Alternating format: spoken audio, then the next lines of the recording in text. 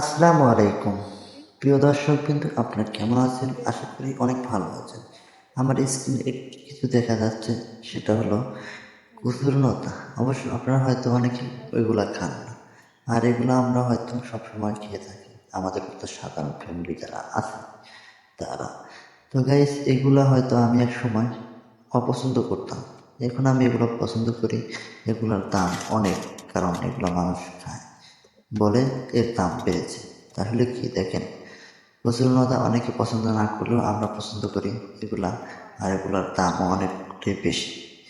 100 টাকা কেজি হয় কচুরলতা যদি, তাহলে অন্যান্য পণ্যের দাম কত টাকা হতে পারে সেটা হয়তো আপনারা একবার ভেবে দেখুন, আর বাজারে গিয়ে দেখুন। তো গ্রাম অঞ্চলে সেগুলো হয়তো বিক্রি করে বিক্রি করা হয় না। এগুলা গ্রামে চাষ করা হয় বা নিজের জমিতে অনেকে থাকে।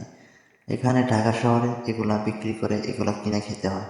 তা আমরা কিনে খাচ্ছি 100 টাকা কেজি। তো আশা করি অল্প টাকায় আমি অল্প নিয়ে আসছি। তো সেগুলো আমি হয়তো ছোটো মাছ দিয়ে আর কচুর লতা দিয়ে আলু দিয়ে হয়তো একটু চচ্চড়ি করে খাওয়ার চেষ্টা করব।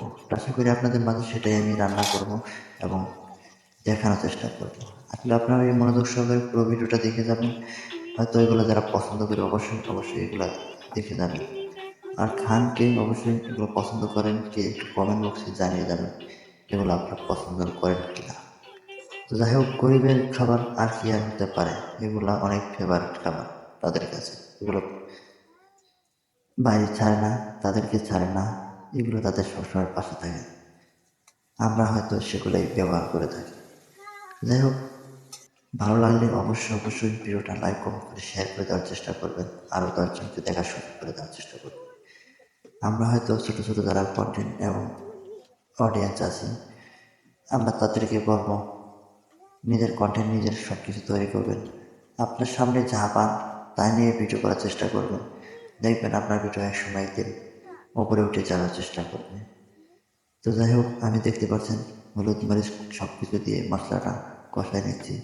তারপর আস্তে আস্তে সব কিছুই দেওয়ার চেষ্টা করব। মশলাটা কষানো হয়ে গেল, অবশ্যই এখন আমি দিয়ে দেব আমাদের সবজিগুলা দিয়ে কিছুক্ষণ কষাবো।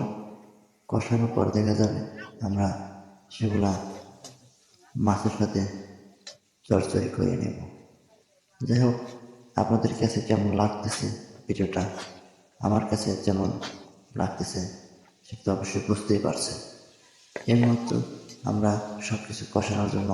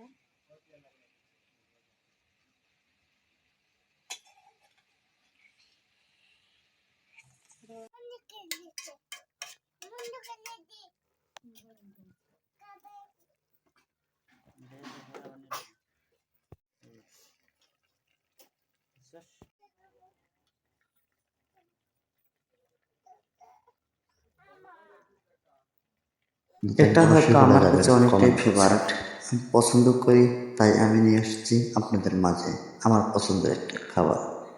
তো আশা করি আপনাদেরও যদি পছন্দ